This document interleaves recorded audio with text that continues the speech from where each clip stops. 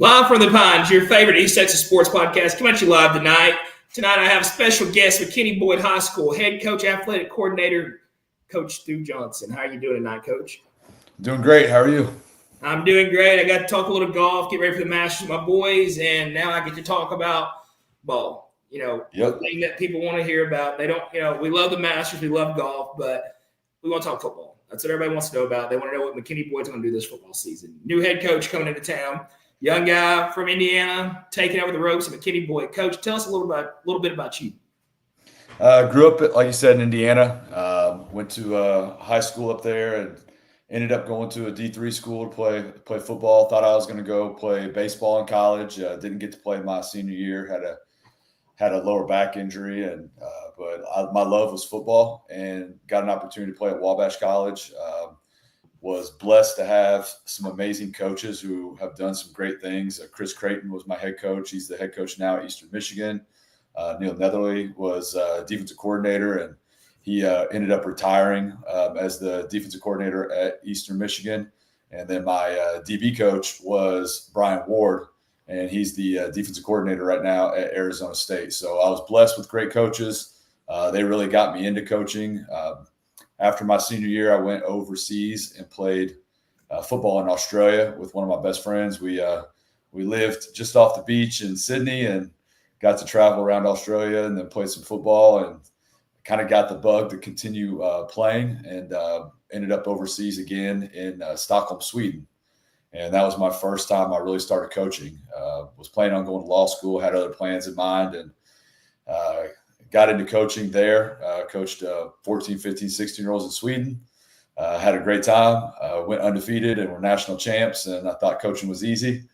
And my college coach, Coach Creighton, asked me to come back to Wabash and coach receivers, which I had never played. So one of my last games in Sweden, I asked the coach if I could play one play at receiver, and they could throw me the ball so I could at least say that I got to play it at some point, because I was about to go back and coach guys that I actually played ball with. So it was a little bit different.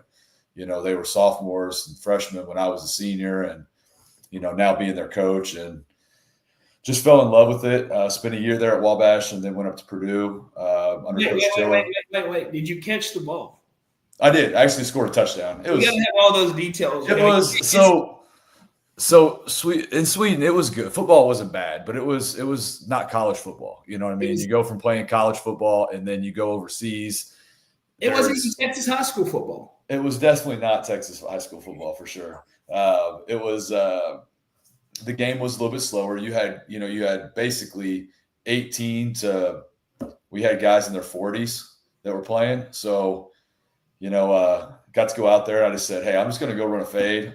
Throw me the ball. I was faster than most of the guys out there at that time, which I wasn't faster than most people back here. So it worked out well, and scored a touchdown there. And most of the time I was playing running back on offense when I was there. But, yeah, came back, coached at Wabash for a year, ended up at Purdue under Coach Tiller, back in my hometown of West Lafayette, Indiana. And it was great to be, back in my hometown, coach at the Division I level as a graduate assistant. And it was in the spring, and I just called two of my college coaches, Rich Lucero and Mark Joswiak, and just asked them. I said, hey, how's everything going? How's everything in Texas? And they said that it was crazy that I called them that day because they had a staff meeting that morning, and they were looking for a coach, and they brought my name up and were actually going to reach out to me the following day. And so I was like, man, this is just something I got to check out. I had a handful of guys from Texas, a lot of guys from the Valley in South Texas that were on my team in college that were close friends of mine. And, always heard about Texas high school football, Friday Night Lights. I thought that was what it was about. And it is. I came down, flew down, realized I had to teach while I was down here as well, which was different than up in Indiana where not all the coaches were teachers. So I signed up for a composite social studies test, went back, flew back down a couple weeks later, took the test. Flew back thinking that there was zero chance that I passed it, but somehow, by the grace of God, I did, and was able to pack my car up and move down in July of 2007. Spent 4 years at Mesquite High School. First year as receivers coach, and the next 3 years I ended up on the defensive side of the ball. where I wanted to be initially. And a lot of those guys that I coached in high school at Mesquite are coaching now. And I was just talking to one of them yesterday, and it's crazy because, I've been able to hire a couple guys that I coached at Mesquite, and it was just such an amazing place. The kids were awesome. The coaching staff was great. I learned so much football there, but it was time for me to venture out. So I went east, out with Mike Alexander. He was leaving Rockwall and going out to Mount Vernon. Decided to go out there and check out East Texas a little bit, and coached at Mount Vernon for 2 years under Mike, and then ended up moving back in 2013. Moved back to DFW, ended up at Coppell working under Joe McBride. Joe left after my first year, and Mike DeWitt took over.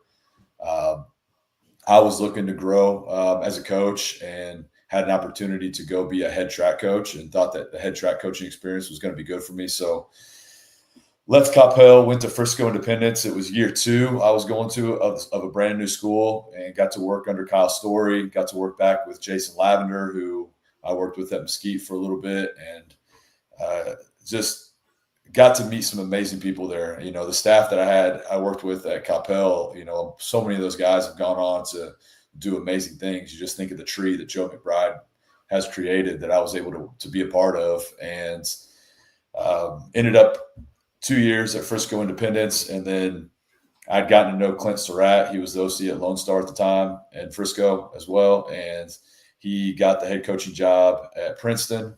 So I ended up going to Princeton after that to be the defensive coordinator. And, I was defensive coordinator at Mount Vernon, came back for 4 years, and ended up, after 4 years, ended up defensive coordinator again, and just fell in love with play calling. Like I enjoyed it when I was in East Texas, but I just fell in love with it when I was at Princeton, and, learning defense, studying people, building relationships with college coaches and other coaches in DFW. And after 2 years being at Princeton, Michael Odell, who I worked with, and we had talked previously when he first got the head coaching job, but I'd already started at Princeton.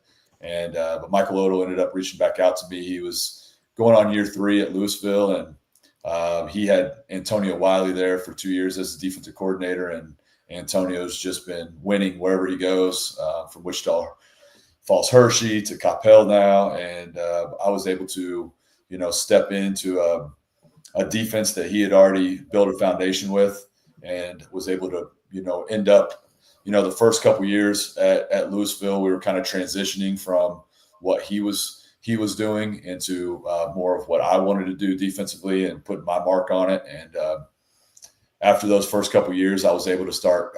First year I brought Bobby Watkins in. Bobby's now DC at West Mesquite, and he was a great hire for me to bring in that first year and coach the DBs, and then brought Gabe McLaughlin in, who's now the DC at Louisville. It took over for me when I left, and Chris Hall, who's just amazing coaches that I was able to somehow talk into coming out to Louisville and help build that program that Coach Odell had started. And we had a lot of success. Defensively, I felt like like every defensive coordinator should feel like their system's the best, but we were never satisfied with what we were doing. And that's what I loved about the guys I work with. I mean, every day was ball. It was, how could we improve? We would take our defense at the end of the year, and we would completely gut down all the way down to nothing, and look at what worked, what didn't work, where we needed to grow.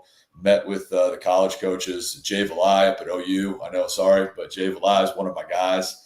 And, I meet with him at least once a year. We talk ball, and, just the amount that you can learn from the coaches, but you always have to put your mark on it. And it's always got to be, you, and because it's got to be authentic. And went through the last 3 years, I've gone through a lot of interviews. Wasn't sure where I was going to end up, where God had planned for me. But, the first couple of years, I really felt like he definitely didn't want me to leave Louisville, that the job wasn't done there. And this year was very blessed when McKinney Boyd came open, that I had done an initial interview at McKinney the year before, had gotten to get in front of the administration there, and they kind of knew who I was a little bit. And, God blessed me with this job. And, going in and taking over from one of my good friends, who was there for, 3 years as a head coach, a couple years as offensive coordinator. And, previous to that was, Joe McBride, who I worked for. I knew there was going to be a foundation built. I knew that they had established some things there already. And I felt that, as I came in, the culture that I had in mind for this place was something that I was going to need help with, and I've got an awesome group of coaches that are staying there with me. Have been able to bring in Aaron Sauls as the offensive coordinator, who I've known for a while and who was good friends with Cortland White, who I brought out to Louisville, who's now at North Crowley and was on the podcast recently. And he, I had known Sauls, but Cortland was really close friends with him, and it allowed me during that time for me and Aaron to build a stronger relationship. And I just knew, when him and I sat down and I did my interview with him, that he was the guy that was the perfect fit for what McKinney Boyd needed, and the guy who was going to help me build this program there. And DeLon Williams, who Bobby Watkins had put me in contact with the year before at Louisville, who I was able to bring into Louisville, and we were able to get him there. I knew that he was a guy that knew our defense, but also had been a coordinator for quite a while when he was at Bishop Dunn, and knew that he could take over and allow me to be a head coach. And was blessed to get him over there now. And the hiring just continued. Mason Norris is coming over from Panther Creek also, who's been with Saul since he was at Allen and at Sherman. And I'm really excited about getting to know Mason more, because I don't know him super well, just a little bit. But I can see the ball coach that he is and how he impacts kids' lives. And then, just recently we had one posted today, and I'm super excited about getting Tony Johnson. He's been a head coach for a lot of years and impacted a lot of programs, a lot of big programs. And he's going to come up and be our special teams coordinator and assistant head coach, and going to be a guy that's going to be someone that I can lean on and be kind of my right-hand man for helping me out with the growing pains of being a new head coach. So it's just been it's been a great 2.5 months. Feels like a lot longer than that, but I've gotten to know so many great people in McKinney ISD, at McKinney Boyd, in the community, and we've got some extremely supportive parents. They do some amazing things for our kids, and the kids are working hard. The culture's being built, and I'm just blessed to be there. Well, Coach Stu, that's great. And I think that, Texas is glad to have you, especially McKinney ISD is glad to have you there. And I think McKinney Boyd is very happy to have you there. So you talked a little bit about making, your stamp, putting it on this, your program. You got the guys there that you needed, you said, to help you build the program, make the program successful, and do all these things. But as far as Coach Stu, what are you doing to, authenticate McKinney Boyd and make it yours? The first thing that comes in is just build those relationships with the people there, from the staff to the kids, making sure that those relationships are strong. It starts off really with the 5 pillars that I built with on multiple phone calls with Tim Kite, who had the Focus 3 podcast, and I played against Brian in college. Like, we were in the same conference, and he was at Worcester and I was at Wabash. And I reached out to Tim, and I was like, man, I love the stuff that you teach. I don't know if you remember me, but I played at Wabash. And he's like, man, I remember you, all this stuff. Cause Brian played safety. I played safety. So we were always, in the all conference stuff. And he sat down or got on the phone with me multiple times and just helped me build a foundation of, who I want to be as a coach and what impact I want to have on a program. And we talked through a lot of things and came up with what my 5 pillars were going to be. And it starts off with exceptional clarity. And I've had multiple kids come up to me already since I've been at McKinney Boyd, and they just said, Coach, we love that you're real, that you're authentic, that you tell us the truth, and that I don't, sugarcoat anything with them. I tell them, hey, this is the good things I'm seeing, but this is where you're at right now. I know that you can get to this point right here. Here's where your potential is. How do we close that gap every day? What are we going to do to make you reach your full potential and be prepared when you walk out of McKinney Boyd and you go into whatever that is next, that we've taught you as much football as we can. But if that's it, then that's not enough. We got to teach you more than that. So, that was the first thing was, just being clear on what my vision was to make participation in athletics, all of athletics, not just the football program, but participation in all of athletics at McKinney Boyd, one of the most incredible and rewarding experiences of a young person's life. And that is straight from Chris Creighton, my college coach. He wanted, when we were at Wabash, it was to make it one of the greatest experiences of your life. When he's been at Drake, when he was at Eastern Michigan now, that's what his vision was. And that's why I got into coaching, because he impacted my life so much. And I'm now trying to pay forward what he taught me and build that foundation of, and that mission is to make it an incredible experience. It's not just about, the grind every day. It's about the process every day of how am I growing as a man, a young man? How are we as coaches growing? One of the things that I've prided myself in is being transparent, being vulnerable, being open. If I make a mistake in something, I let the kids know so that they know when they make mistakes, they can own it. And so having that exceptional clarity has been important. And then the second is to have uncommon trust, to build that relationship so strong that you trust the person to your left and your right. And we're talking about these things daily. And, and then we get into the other three, which are a little more football related, disciplined execution, about how we do anything is how we do everything. We talk about that over and over again. We talked about that a lot at Louisville through the entire program. And we've really been emphasizing that everything they do, is part of who you are. And that comes down to their integrity, their character, their discipline, accountability, all those things. They have to live that every day. They're going to make mistakes. Their kids are going to make mistakes. We're adults. We're going to make mistakes. But if you own up to them and you're trying to grow and you're striving every day to become a better man, a better young man, then we can reach that process. And then we get into the fourth pillar, which is unbreakable mindset. And I'm a big sports psychology guy. When I'm listening to stuff on my way to work, I'm listening to podcasts, and they're sports psychology podcasts. I used to listen to a lot of leadership, character development, and then I really got into the mental part of the game. We actually do you ever listen to live from the Vines on the way to work? I've listened to on the way home. Okay.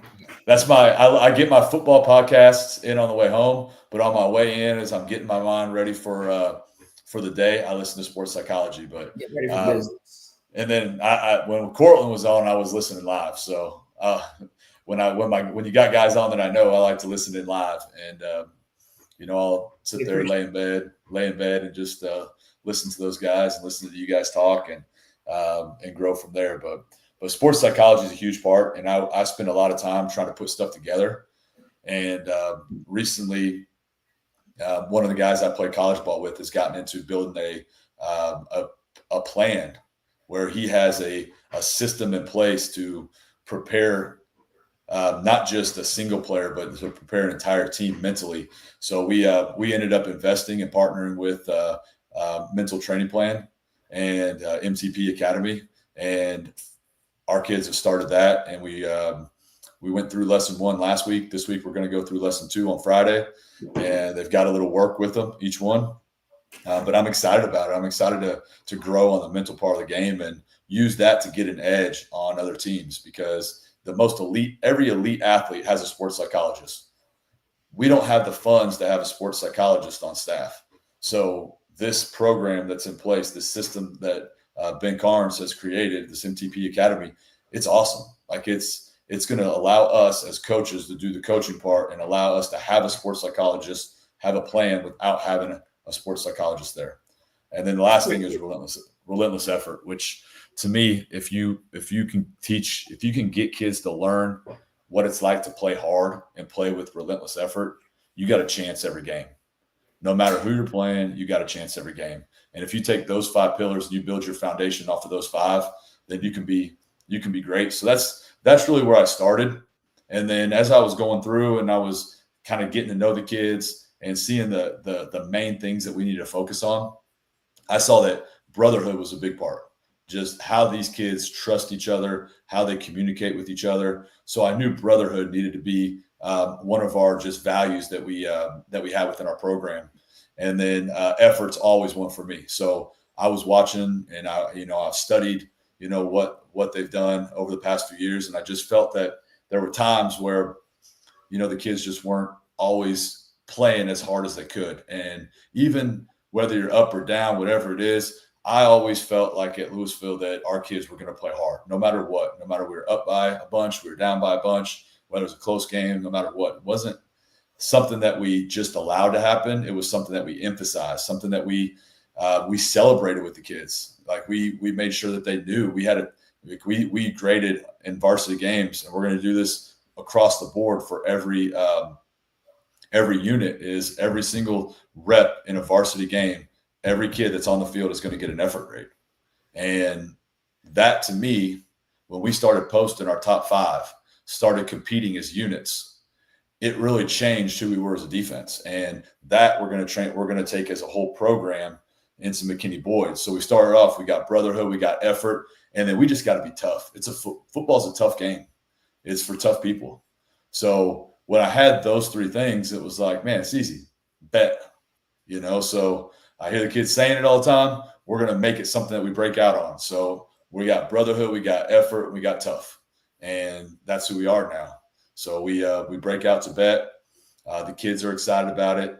They know the emphasis on those 3 things. And if we can build a program based off love and based off those 3 things right there, and with the foundation of those 5 pillars, we're going to have a chance to do it. But we're not going to just talk about it. We're going to live it every day. And I really feel like the kids are buying in. I see a change in them already. The coaches are seeing changes. The administration and the teachers, they're seeing a change in these kids. I'm seeing some confidence that they didn't have before. And I'm just excited to see where things go. And that we're starting on Monday. We start spring ball.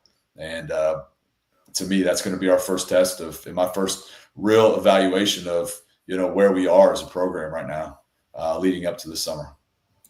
Coach Stu, as far as you just getting here 2 months ago, getting your hands, getting on things, getting everything rolling, I'm sure you got to finish the last, hand of all season and all those things. But as far as, preparing for football and all those things, what do you think that you see different in this group that you have now compared to what you've seen on film and all the things in the past at McKinney? Like, what do you think that you can do to implement something different? All the things you're doing, the sports psychology, the bet, all those things. What is going to change when we watch McKinney boy football next year?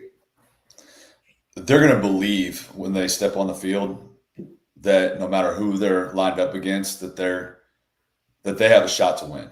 That it doesn't matter. We play in a very tough district, and I feel like there was times based off what I saw that the kids just didn't believe sometimes that they had a chance. And when things started to go bad early in the game or partway through the game, you could tell that their effort changed, that just the way that they were executing things changed. And we're building their confidence right now. And I feel like I've seen a big change in the last 2 months with their confidence, getting, even though that they're not on campus yet, getting Coach Sauls and Coach Williams over there and starting to install our offense and defense. I feel like the kids are excited about it. They're excited about the fun that we're having. We're not just going in and making offseason miserable. We're having fun as we're going through offseason. They're excited to get up in the morning. We start early. We get there. The kids are rolling in at 6 a lot of days. When we start practice, we'll be starting practice at 6:15 in the morning. The kids are getting there at 6:30, and they're excited to hit the weight room.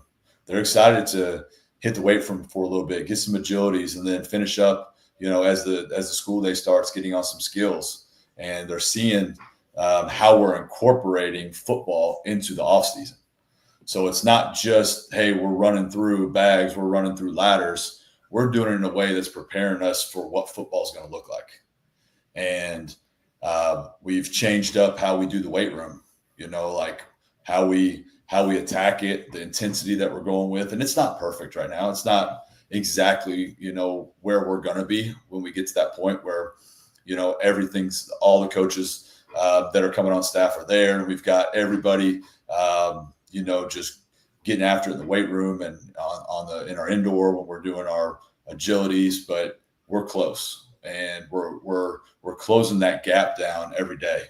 And our goal is, by the time, August gets here and, we're going to actually play our first game against North Garland. We're going to play at Lovejoy. So it's going to have a different feel to it. And, when that first game gets here, I'm hoping that we're close to where that potential could be. And as we roll into district, we want to be ready to go. And I see it. I see the changes day to day. I see our kids building confidence. I see kids who were not showing up in the morning, not missing, because they're excited about it. And I'm going to continue to build off this. And as we evolve, we're not doing the same thing every single day. That's the big thing. I think the kids, when you get repetitive too much with off season, it gets to be boring for the kids. And these, like our generation was a lot different. We didn't have the phones where everything was so fast. We had to, we couldn't do this when I was in high school. I couldn't do this. I had to get on and dial up on AOL and, wait to get on the internet, all that stuff. But now everything's so quick and fast, and everything changes so quick for these kids, and they get their information fast, that you got to make sure that you're keeping things new for the kids, keeping things fun and exciting, keeping their attention. And that's my goal every day, is what can we do different? How can we take one drill that, looks like just a plain agility drill, build off of it, and make it something that the kids like to finish. Like, simple enough. You're doing a 4-cone drill or something like that, and then you throw a tennis ball to them. Simple, easy. You don't add much to it, but it's exciting. They like the finish of going to get the tennis ball, or if tennis ball's on the ground, I got to go scoop it up. It's a football movement, but we don't have the footballs out because we're in our off season, and we can't have the footballs out and doing the football drills, but we can do stuff with other things that are exciting for them. Like, they're catching. It's getting them to focus on catching something small, that tennis ball. And we even put the linemen are going through it. They're excited because they don't ever get to do that stuff. And we're just making it fun, but also they're going 100% effort. Their finish is great. Something that we started at Louisville that I brought over here, and also is, a +2 mentality, where, a lot of people are like, oh, get that +1 rep. You know what I mean? No, we're not just +1. We're going +2. We're doing extra. We're doing even more, because we've got to find a way to get the edge, because everybody's doing off season. Everybody's doing skills. Everybody's about to go into spring. Not everybody's doing spring ball, but a lot of people are doing spring ball, or they're doing spring skills. How do we get an edge? Well, we've got to do a little bit more. And I feel like we're getting to that point where the kids are understanding how that's paying off, how we're finishing things. Like right now, this week in the weight room, on our front, we've moved to more front squat, and our front squat, and on our we've done it every week, but this week we're hitting sets of 1 at 95% on our last rep of bench and a front squat, and also of power clean. But with bench and front squat, it's a 1 plus up to 3. So, they're attacking, they're going to almost to failure, and I want them to fail, because how do you overcome things? How do you overcome adversity? Is you practice overcoming adversity. So we're getting them to fail, and then respond to that in a positive way. Because it's not easy to say, for me, if I go in, I want to know exactly how many reps I got. But if I say, hey, you're going to do 1 plus up to 3. So you're going to try to get that second one. Okay, you got the second one. Now go get the third one. Okay, and now try to go get that fourth one. And you might not get it, and that's okay. But it's if you're attacking it and you're going after it, and you have that mindset in you that, hey, I'm not going to break, I'm going to push myself as hard as I can, then you got a chance to, to do some special things. That's great. And like you said, teaching kids how to, face adversity is everything. More kids need to learn how to fail at a early age and stage in life, because it prepares you for a lot more in the real world. Because the real world is real. It's tough. It's not waking up and having to go work out at 6:15 and then just having to go sit in class and then go do football and then get ready for Friday Night Lights, get ready for the weekend. No, you're in and out day grind every day, and you're waiting for Friday to come for most people. Some people don't have that option, but you get what I'm saying. But Yes. Back to the football world, McKinney Boyd this past season didn't have a great season. And, it's public records. We all know we're going to talk about it. How big is that McKinney game for you guys? Is that like a Lufkin Longview game? How big is that game? Yeah, I mean, Nate and I are close. We've gotten close since we worked together in the military bowl, the Army Bowl. We got to work together in that, and that was before I was still at Louisville at the time. And he was one that I talked to, and he was encouraging me to take this job. He was like, go for this one. And him and I have gotten really close, and we were talking the other day, and I was like, yeah, Nate and I are friends. We're going to be friends 51 weeks of the year, but there's going to be that week that comes that we're going to be playing each other, and it's going to be a battle. And the result wasn't great this past season, but our kids want that. They want that game. They want to win that. It's what do they call it, the get back? Crosstown. Crosstown. It's the crosstown. So, but that's in every sport. I mean, it's a pretty cool rivalry because our middle schools aren't direct feeders.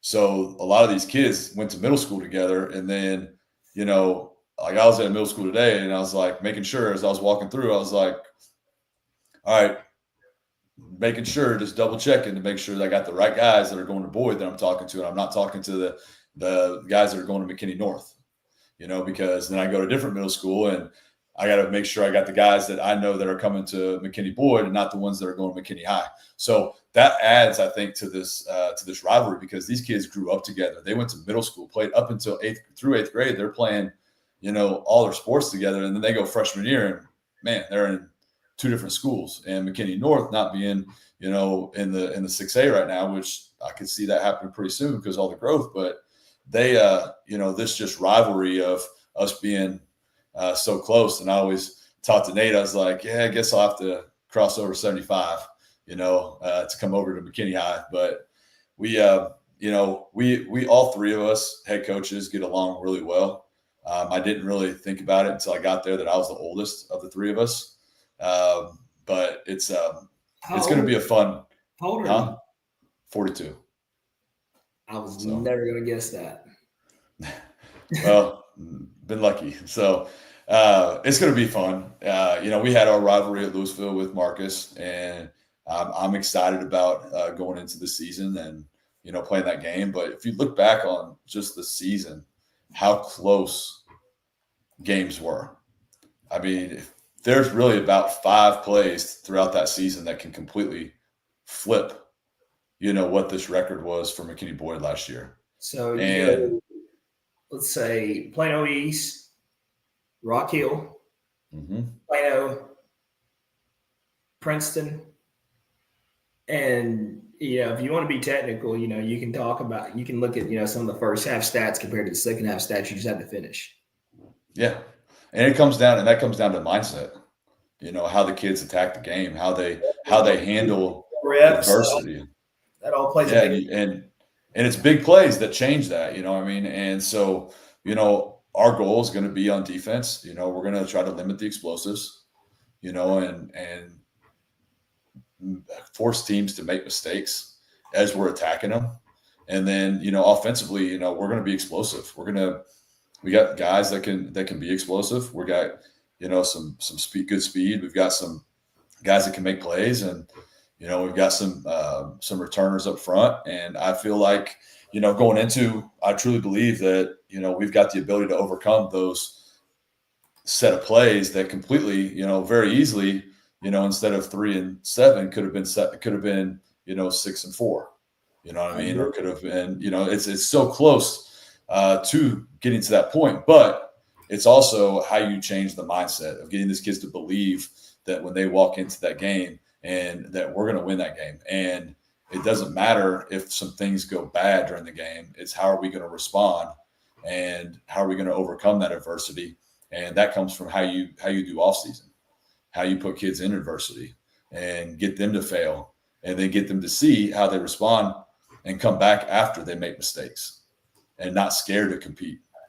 Throwing guys out there and doing a drill. We did, this figure 8 drill where it was tag, just tag, simple tag. And they're running a figure 8. And we had 2 coaches pick guys. They got out there and they competed. And, it was so close that we couldn't tell if the guy got tagged in the 20 seconds. That's how close it was. He swore he did. The other guy didn't think he did because, but he dove, laid out, and it was just putting on the line. But that was it was one of those things where both sides, I split the kids had to pick who they thought was going to win. And they were going back and forth. They were chased. Like one was trying to tag the other one, and they're running through this figure 8 and they're attacking. And he ends up laying out and diving for him. And that right there told me that we're on the move to where we need to be because they're selling out. These guys want to compete. And I've told them, I said, if anything, I want guys on this team that want to compete, that aren't afraid that they get out there, that they don't win a rep.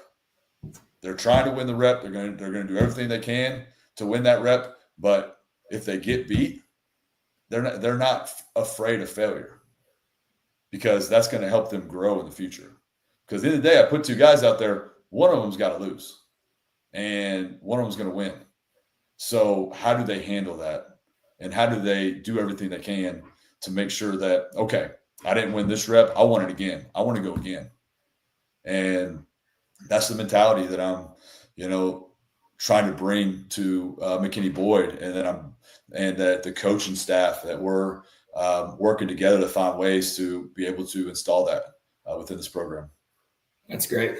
Coach Dude, so how big is this spring football and summer workouts leading to, what do y'all call that? The couple weeks you get before season starts, before school starts? Preseason camp. Yeah. Preseason camp. How big is that going to be for this group to buy in, trust the process, and just listen and learn and trust you guys? It's going to be huge because, they're learning new offense. They're learning new defense. We're going to have new special teams. Like everything's going to be new, and getting them to learn this systematically so that they understand that there is a system and a process behind it. We're not going to just jump in and throw a bunch of plays at them and learn stuff, but also a big emphasis is going to be on fundamentals and how we make sure that we're great tacklers. We're great blockers. We're able to get off the blocks on defense. We're able to secure the ball. We're able to catch the ball. We're able to make sure that our quarterbacks understand, their process, their reads. And then at the end of the day, it's going to be about getting these kids out there and letting them compete. And that through spring ball is going to give us an idea of who we can trust on the field and allow us to see kind of, okay, these are the guys that may need to play both sides of the ball. These are the guys that maybe are more focused one way. Play both sides of the ball? I ain't afraid. What's your take on that? I'm not scared to do it. You got to put your best 11 on the field. And also, like where we're really emphasizing, and that was a big thing for bringing Tony in, was we're going to emphasize the special teams. That's another 66 spots on the field. And we're going to get guys to compete for those 66 jobs. And we're going to make it where the starters want to be on there, but the guys that may not get as many reps, that they can get out there and they can have a role, and that they can be a starter on a unit, because we got potential for 88 kids to have starting spots, and 22 of those are offense and defense. The other 66 are special teams. So finding where you're at and emphasizing and showing them how important it is to win the special teams battle. Because, I was talking with Coach Wager over at TCU. I went over there and spoke at their head coach's huddle last week, and I was talking to him about how much we learned at Louisville from getting beat really bad by Arlington Martin the first year we played them. and how much we learned. And then he's like, yeah, and y'all came back and beat us the next 2 years. I was like, yeah, because we learned from you. Like, we saw how you emphasize special teams, how you used special teams as a weapon. And it wasn't just, oh, it's special teams. It was, no, it's another unit on the field every time they step out there. It's another offense. It's another defense. And at the end of the day, that's how we're going to be. We're going to not be afraid to take some risks, some chances at times, and we're going to be aggressive. And offensively and defensively, we're going to have great systems in place that are going to be ran by, 2 elite coordinators, and we're going to put the best guys in the field. And it's going to be a competition to win in a spot. And we're going to not be afraid to put our best 11 out there, no matter if they have to, they may not play the whole game on both sides of the ball, but they're going to be able to get significant reps. And I think that's a thing that a lot more teams are, getting to, unless you're a school of 5,000 students, we're playing 6A football with 2,500 students, and you got to find ways to get the edge. And, getting your best guys in the field is important. It creates competition. It creates depth at the end of the day. So you may be a starting receiver and a backup corner, backup safety. You're not, maybe your emphasis is on one side of the ball, but enough that if something were to happen and you had to go in, that we're not just throwing a body out there. We're putting someone out there that knows the defense. But how do you do that with, practice and all that? Like, how do you make sure each kid's getting enough time on the offensive side of the ball? He's going to start Friday nights at receiver, but there's a chance in this game that I'm going to line him up with this matchup, and I'm going to need him to play, 3 or 4 series out there. How do you make sure he's getting enough time in practice, film, to know, I trust this guy out there? How you put your system in where the kids can understand what they're doing, first of all, because a lot of it just comes down to knowing what their job is. Being able to line up correctly, know what your assignment is. You're doing all the work in off season. You're getting them prepared for all the things that they've got to do. Now it's just, hey, we're going to take this little bit of time this day, and you're going to go over and you're going to work on the opposite side of the ball, and you're going to get your plays. You're going to know, these are my plays that I need to know. I don't need to know the whole playbook. I've got this amount of stuff that I need to know that gives us a chance to not just line up in one call, but be able to do, hey, we can do these 3 or 4 or 5, 6 things. And it builds over season because they learn some stuff early and they learn some stuff later. And some kids can handle it mentally, being able to, how fast you got to learn things. Some, it takes a little bit longer, but they're going to learn it because we're going to make sure that the kids are confident when they go on the field. What the calls that are going to happen when they're out there are things that they know. And how we do that is, through our defense, we have, a toolbox, a set of tools that they know.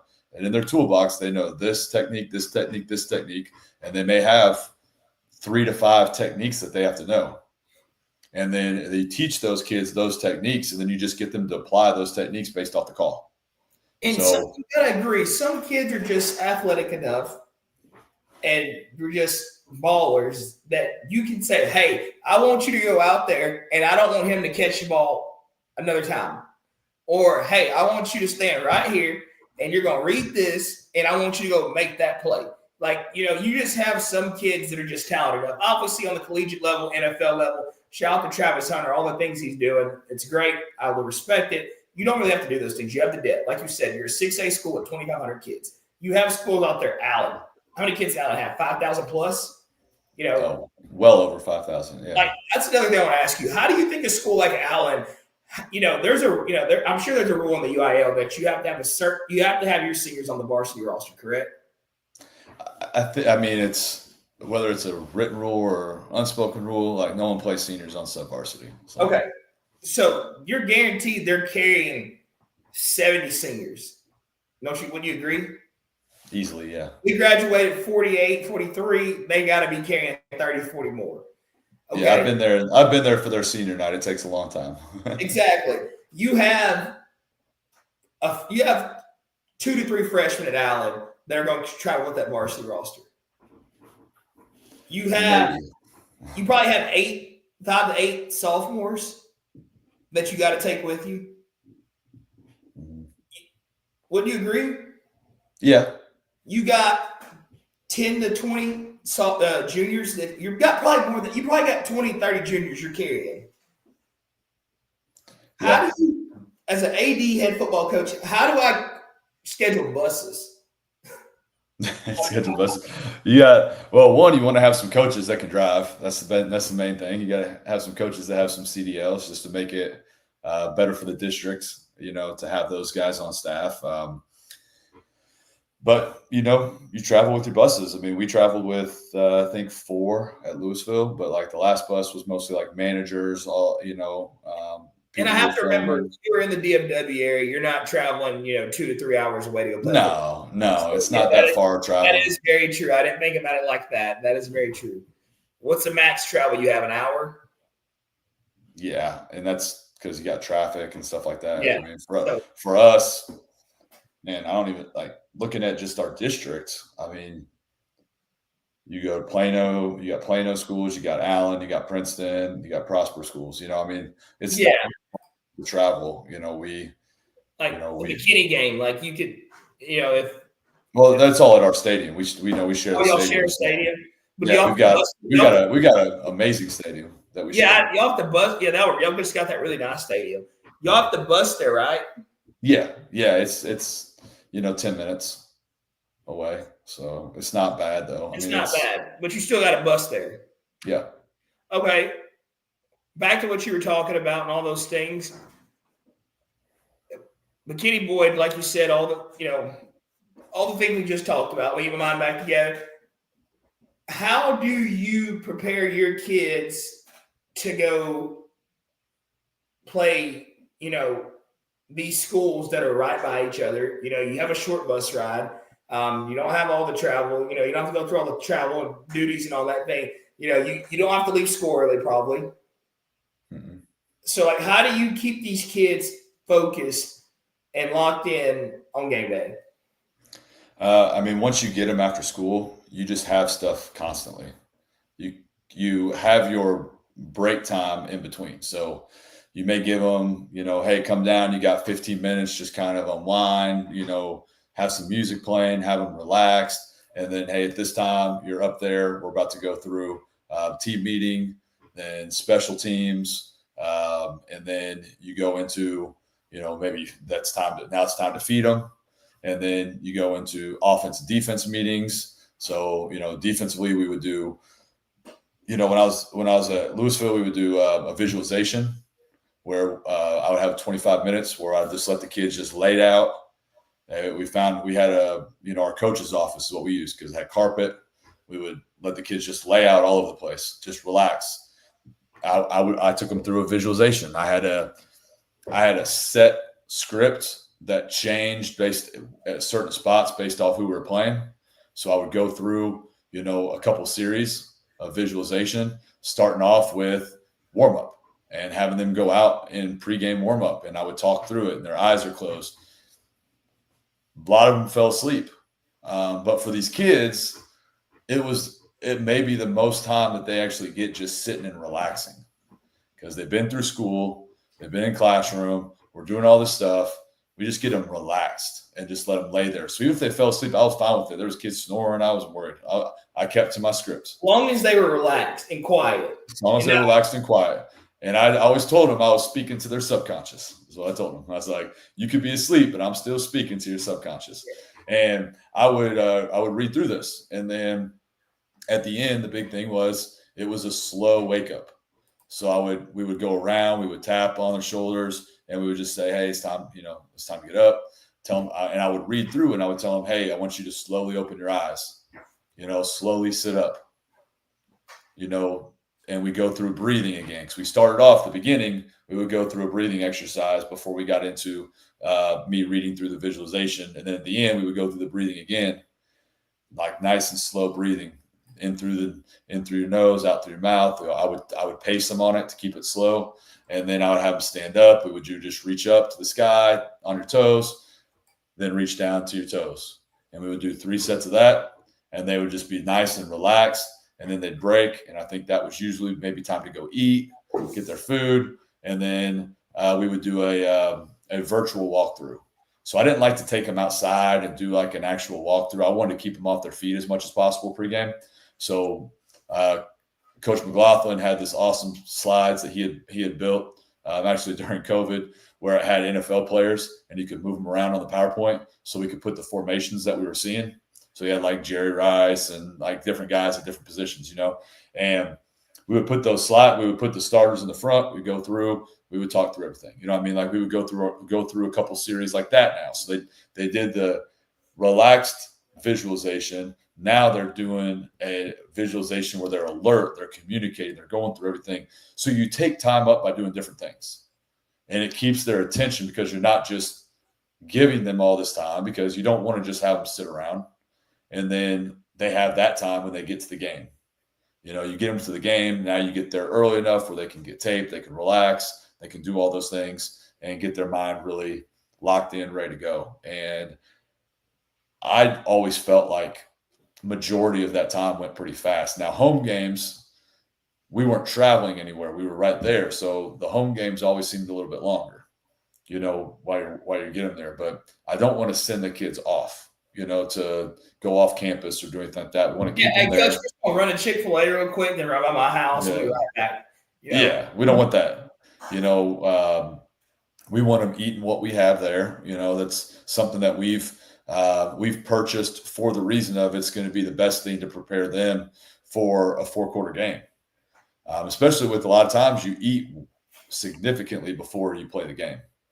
But it's more of just having a plan, having a set plan for these guys pregame so that they know that, hey, I don't have to, there's not a lot of downtime. And it gets them mentally prepared because physically prepared. You get some, you get some Gatorade, some Pedialyte, whatever you need to do to get in their body just to kind of get their hydration ready for the game. Constantly have them drinking water and everything you can just to make sure, because early on in the season, especially when it's hot down here, it's hot. And, you want to try to limit their cramping. So there's a lot of things you can do. There's a lot of different things you can do. But at the end of the day, the biggest thing is have a set plan and be consistent with that plan so the kids know exactly what they're expecting pregame, because now they get in a routine pregame, and that's what you want. Like, you want your kids to have routine pregame. Coach Stu, I know it's getting late, but I got a few more questions for you. We're good. We're good. So we talked about all the the variables, the off season, spring football, post-season football. So getting to season, we have our coaching staff. We have all our kids ready. They're prepared. What are you guys going to do to implement it in your program week in and week out to make sure – I don't know the best way to say it would be, we know what our district consists of. You said at the beginning of the show, the district is hard. It's a hard district. What do we make sure we do to make sure our kids know we're winning each week, no matter the scoreboard, the outcome, all those things? We're getting better. We're preparing ourselves for, the future. It's a tough question because, your seniors, this is their last run at it. When I say the future, I'm not just saying next year. I'm talking about maybe postseason, all these things that we have to continue to build on this in order to be this team come, playoff, first round of playoffs. Yeah, I think the biggest thing you can do is, have kind of what your goal sets are, like what your goals are for game to game, and are you improving on those goals? Because different teams it's going to be tougher to reach all your goals, but you have your set of goals that that, hey, if we're improving on these week to week, then we're closing that gap down. We're getting to that point of where our potential is. We are growing as a program, and I think it's how you respond to winning. If you get to the point where, you say you haven't won many games the season before, and then you're winning games and the kids are overly excited for winning games and they're not, all right, this one's done, who's next? You know what I mean? Like, you have your little bit of celebration. Now what's next? Just like if you scored, a touchdown or get an interception or you do that. All right, hey, we're up here right now. How do we get back to this spot? How do we get back to this level of, hey, what's next? What are we doing next? I think when you get and you start seeing the kids where, okay, maybe you do lose a game, if that happens, how are they responding to that? If they're responding like, hey, we're ready for the next one, or, hey, we just beat somebody. We're not just continuing that celebration the next week. They want to know who's next, because that football season, even though it seems like it's long, it's short. You got 10 opportunities, and you got to win, as many of those 10 opportunities as you can, so that you can, even get into the playoffs. Like looking back, now that I've been in Texas, like in Indiana, everyone got in the playoffs, and because it wasn't as many teams. So how many teams did you average in a district in Indiana? We had a pretty big district, or they call them conferences up there, but we had a big conference when I was in high school. But I think we had about 8, maybe 8 or 9.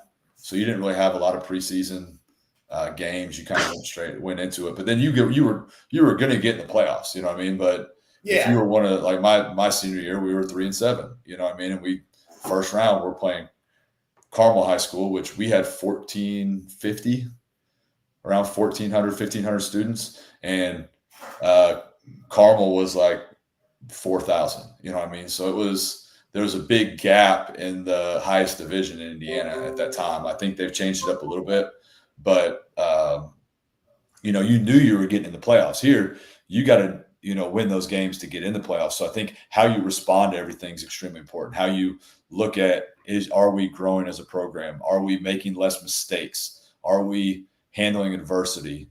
What's our effort rate like? Is our effort rate increasing? Which units are consistently increasing their effort rate or getting closer to where we want to be playoff time? Because we increase it from non-district, it goes up 5% to district. Then it goes up another 5% for our goal to playoffs. So we're trying to hit that 90, 95 mark when we come playoffs for our effort. And if you're seeing improvements in all those areas, I think you can say, okay, we're on the right track. If you see those areas where we're not improving or staying the same, or hopefully not degressing through those, then I think that you could say that, hey, we're on the right track. We're getting there. And you can show those wins that we are having, those battles that we are winning within the game to the kids, and say, hey, these are the things that we're doing great. We've got to do more of these. So we got to win more battles, because every play there's 11 different battles that are taking place. And you got to win more of those battles than you lose in order to win the game. But there's so much that goes into football with, like, sometimes one play can change a game completely. We got to be the ones that make those plays. We got to be the ones that have the explosives. We got to be the ones that make the game-changing plays. And if the kids are confident, if we've built this confidence up in them, that they truly believe in themselves and what they can do, they have that mindset, that unbreakable mindset of one play, that's okay, that play's over, I have short-term memory, I'm back ready for the next play. Then I think we can, I truly believe that this program can be great. Well, Coach Stu, I definitely think McKinney Boyd's heading in the right way. I think you've had a great journey as a coach, player, getting to play in Australia. That's big. I don't think a lot of kids get that opportunity. I don't think a lot of people get that opportunity. Before I let you go, one more question. As far as a defensive coach, what do you describe yourself as a coach? As a defensive coach, are you a risk taker? You balance? What are you? It's a weird way to say it, but I think for me it's systematic. Like, everything we do is based off of building a system that is easy for the kids to understand, but is complex to the outside. So people watch us play, they think we're running a ton, and when we put it on the board, it looks like a ton, but there's a system in place to it. And I believe that we're systematic in how we build kids up, how we build their confidence, how we build that mindset, systematic in how we build the culture and how we get kids to believe in what they're doing, systematic in how we get the kids to play together, to play with relentless effort. So I would say very much it's systematic. I don't think I'm overly a risk taker. I think I like to make strategic risks based off of what I've seen. And then, a lot of times when you get in the game as a play caller, you get a feel for the game. So, you put this great call sheet together where you think, oh, I put all this time in this call sheet. Well, you may be on that call sheet for a series or two, and then all of a sudden that call sheet stays in the back pocket, or it's only out, during in between series as I'm going through. I'm like, what have I not ran yet? And then at the end of the day, it's having a plan in place. Like how are you going to attack them on first? How are you going to win first down? And if we don't win first down, how do we win second down? If you do win first down, well, now we got to win second down and put this quarterback in a tough situation where the play caller on the offensive side has a limited number of plays because he now is in second long. If you win first down and you get second, and you have in second long, my playbook opens up. His playbook gets smaller. If I let him win first down and now he's got second medium, second short, his playbook just got bigger. And now I got to be a little bit more worried that, they got a chance to take a shot here. I can't, I got to put my kids in a situation where they can't get beat, and then you take those strategic risks during the game. And sometimes you're right, sometimes you're not, and I think it goes down to a lot of, studying your opponent, but also understanding your kids and what your kids can do well. And I always want to make sure that I'm not putting my kids on the field in a situation where they're, one, not confident in a play or what we're doing, and two, that we're not physically able to execute at a high level. So for me, I think it all comes down to the system that we have in place. So I would say more systematic, which might be a different way of saying it, and may not be exactly what you're looking for. I like what you like how you talk about the game of football. It's not just about the X and O's. The psychology, the systems. All the things that you talk about. Those are all important things in football that a lot of people just think, well, we're not going to worry about that. We'll do that at the next. They'll do that at the next level. I really believe that football gets harder and harder and harder as you grow in the game. I think that, once you get to the college level, there's so many more expectations, so many more jobs you have. You're not just coming off the ball and you're just holding this guy in front of you. You're doing so much more at the next level. And to see that being input in the Texas high school football 6A level, those are great. Kids, athletes in general, no matter if you play football, baseball, soccer, no matter what, they all have different issues. And to have a chance to go, talk to someone or have a, source there to benefit me, to keep my head focused and keep, when I'm struggling in different things, that's huge, especially when you're 15, 16, 17 years old. No matter the sport, no matter the gender, everybody has their own issues. You're battling your own problems. And for y'all to have a source there to input for the kids to use is great. I think those are all great things. As far as, I didn't get to ask you this, I'm sorry, but as far as, this coming season, are we old, we young? How are we looking on the football side? We're a pretty good mix. We got a really, a pretty talented senior class, and then a very solid, really good players in our upcoming juniors. And then we've got a pretty big and talented as well, freshman class. So I feel like we're going to have, it's going to be sophomores next year. And I feel like it's going to be a good mix of kids throughout those three classes that are going to be playing and competing for those jobs. And, one of the things I was going to talk about in that last question you had was, I'm going to believe in what we do, but I also know every time that I line up, I'm at clinics with these other guys that are, these other coaches. There's great coaches, amazing coaches throughout this Metroplex, throughout Texas, that there's nothing like it. Like you go, to other states, you got really good coaches in certain programs. You've got good coaches all around, but here it's the best, it's the best. So you've got to prepare. You've got to find ways to do things to get your kids to, buy in, because at the end of the day, you've got to have the players too. You can have some of the greatest coaches, or some of the greatest times I felt like I was coaching, or some of the greatest coaches out there right now, they're in places it's tough to win. Just, you've got to have good players as well. But if you get the kids to believe in it, if you get them to do those things, I think you can do that. And,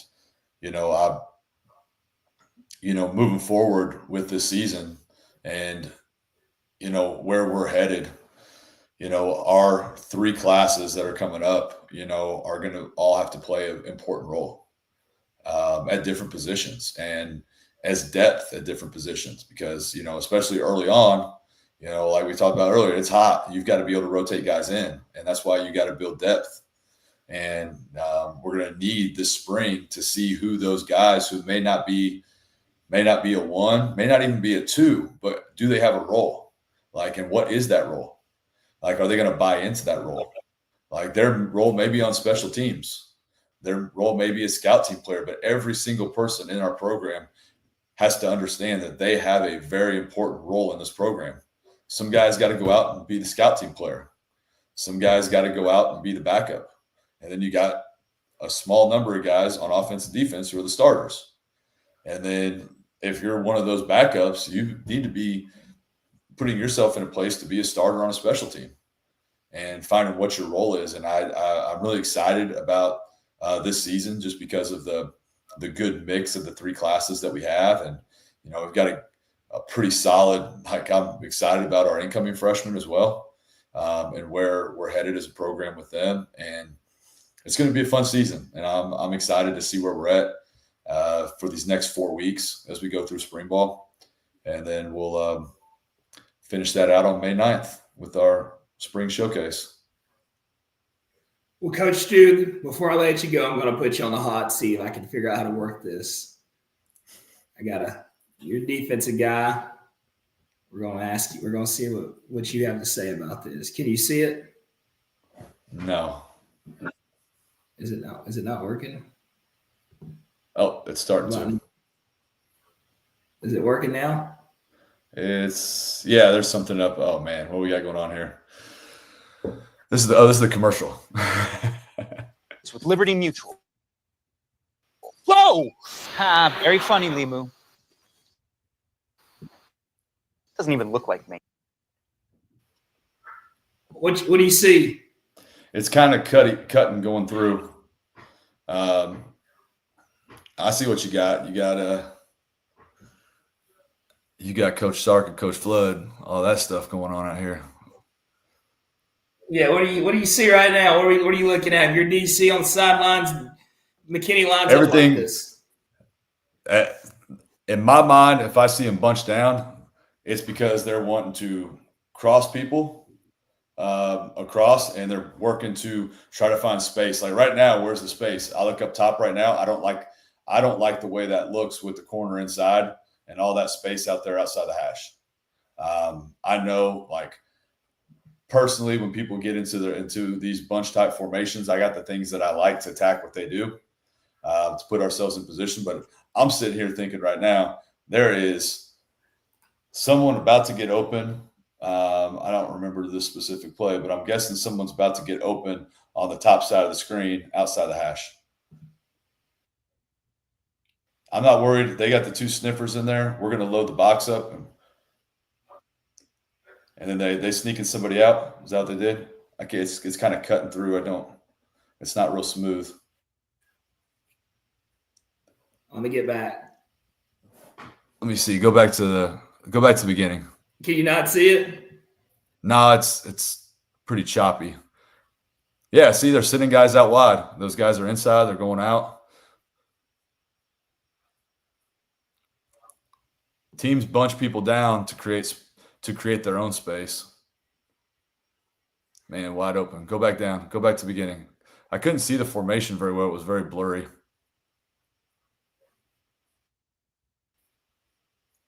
Can you see it better here? Yeah, now I see it.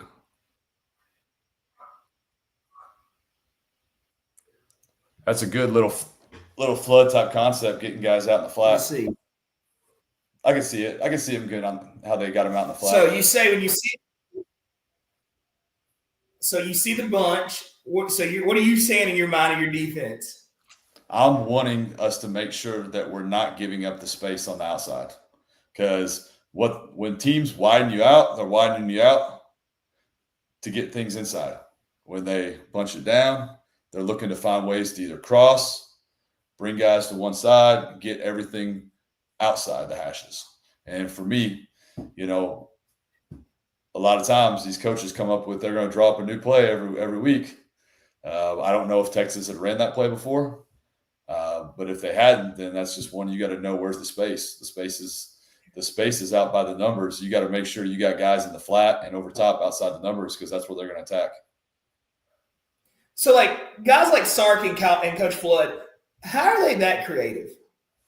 Like, how do I like have enough time in my week with all the other BS I have going on to input plays like that and run them on Saturday? You study your opponent. You find out where you need to get people to be. And, what's crazy is that they may have seen that somewhere else. They may have come up with that themselves. They may have, someone else is going to use it. You know what I mean? They see it be successful. They're going to use it. But it all comes down to how do you put your kids in a position to try to manipulate what the other side of the ball is doing. We're going to line up in different ways that are going to manipulate how we're going to get the offensive line to make their checks because that's what we want to do. We're going to put people.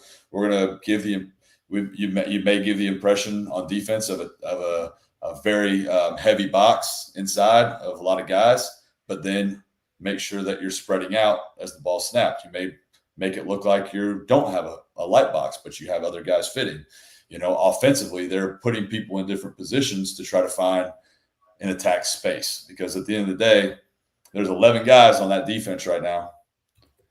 There's somewhere that there's going to be space and something that they saw in film. They probably saw someone else in a prior game get into that formation and they saw this is what they check to because a lot of teams are going to have their check, whatever they think their main check is to that bunch type of formation. They saw that on film. They said, here's where we can attack. If we get one guy going vertical outside, bring another guy shallow, we can hit that guy in the middle. And they saw that space there and they attacked it. And they probably happened to be in exactly what they thought they were going to be in. And when that works, it feels great. You know what I mean? But when it doesn't, you feel like an idiot. Yes, you do. There's times when I thought I had the perfect call. I was like, put the perfect call and it just. Don't you like when you get that matchup? You're like, this is the match I've been waiting for. And then Coach Moore got me at Prosper, fourth round of the playoffs a couple years ago. I thought we had a great call. We didn't execute it well, but they came out first play with a little bit of kind of a trick type rollout, threw it back to their tight end, and we overcommitted, and there he goes. And we spotted him six fast. So that's like North Crowley. Like you got a guy like Quentin Gibson. Like, what do I tell my defense, like my DBs? Like, what do you tell them? Like, look, this kid's fast. He can catch the ball anywhere and go do whatever he wants to do. Like, how do you stop that? You make sure that he always has help, but then if they got three of those dudes, how do you help? You can help on two, but once it gets to that third one, it makes it so difficult because now you got to really lighten. And you got a guy in the backfield that can come out and catch the ball. You got a quarterback that can keep a play going for a long time because he's so athletic. I mean, there's a point where when you've got really good players like that, you've got to find ways to be creative to give them looks that they're not comfortable with. When you play against teams that have multiple guys at skills positions, you got to be able to do that. Just like if you had a team that had 5 Power 5 linemen and just even a good running back. It doesn't have to be great because there's so many good running backs in DFW. You just have a good running back, but you got 5 linemen that can just, mash you down the field. Well, how do you get that extra support in there? I mean, you've got to find ways to be creative and give them something that they maybe haven't seen. So week to week, we're looking for what is that something that we can do? What's the look we can give them on defense that they haven't seen? If I've given you these 3 looks to bunch, I know that you have all 3 of those looks to bunch. You've watched the film. I know like Sark, Flood, that whole staff they're good. I mean, they're not in those positions because they're not good coaches. You know what I mean? They're good coaches. So they're going to see what teams are running. If they saw that multiple times where, hey, when they get in this is what they're checking to. I mean, right now on defensively, how they were lined up, they had everybody in tight. There's going to be space outside. You got to find a way to make sure that your kids understand where is the space on the field, especially if you're on the perimeter. Where is that space? How do we make sure that that space can't get occupied? Because as soon as you give that up, they're gone. I mean, there's nothing you can do. It's so fast, and especially in the secondary, things happen so quick that if you're not in the right spot, that can happen. But like looking at that play, like right from the beginning, I could tell that they were beat. They could have done the same thing the other way. That's where I was looking. Yeah, I was looking the other way because I was like, man, that corner's inside leverage with a guy that's 4 yards inside the hash. You know what I mean? Like that was the widest guy. So, I'm pretty sure that was the University of Louisiana Monroe game, and that I'm sure that the coach over there will be in touch with you to come be the DC pretty soon. Maybe come over there and help him out because he probably needs it because that was pitiful. But Coach Stu, it's getting late. I'll let you get back to bed with the family and everything. We thank you for coming on Live from the Pines. We look forward to seeing your success at McKinney Boyd. Stay in touch. The goal is to talk to all the coaches I've talked to again come season. See where they're at, see where the season's at, the kids are at. Where y'all are at too, because y'all matter too. And I will still stand on this and say that Texas high school teachers and coaches are the most underpaid for what y'all do. Y'all do so much and put in so much effort with these kids. And, I wish y'all nothing but success, man. I think y'all are going to be, have a great season coming. I think that all the things you're implementing and, putting into the program is going to be great. And good luck to you and your team this year. I appreciate it. Thank you so much for having me on. This was a blast. Looking forward to talking during season. So yeah, we've been trying to do this for a while. I'm finally glad we got to get this going, and I thank you for coming on. The goal was to get us, our name out in the Texas high school football community and grow, and get a chance to talk to every coach if possible. That's my goal. Talk to every coach possible if I can. And thank you for taking the time out of your day and making this happen. Before we go, I want to give a shout out to our guys, Austin Brown and the guys at Zilker Belts. Use discount code PINES936 for all online orders. Coach Stu, we need to get you in a Zilker belt on the sidelines of your staff. Shoot it to me. Let me see it. They have a belt on there that is McKinney Boyd colors. I think it's really. Yes, and if you use the Pines 936 discount, the belt is very affordable and one of the best belts. I wear one probably every day. I'll have to check it out. I wore the ACL today. Probably have another one on tomorrow. It's so many different options out there in color coordinations and everything. And they do a great job. You can dress it up, dress it down. It's a great belt all the way around. Even if you're on the golf course, you're on the sidelines, having those shutout games on that defensive play call, you can do it. Thanks again, Coach Stu. Thanks a lot. Thanks everybody that tuned in tonight watching Live from the Pines. Please like, subscribe, follow all socials, and tune in to all shows. We thank you again. Thank you, Coach Stu. Hey, appreciate you. Have a good night.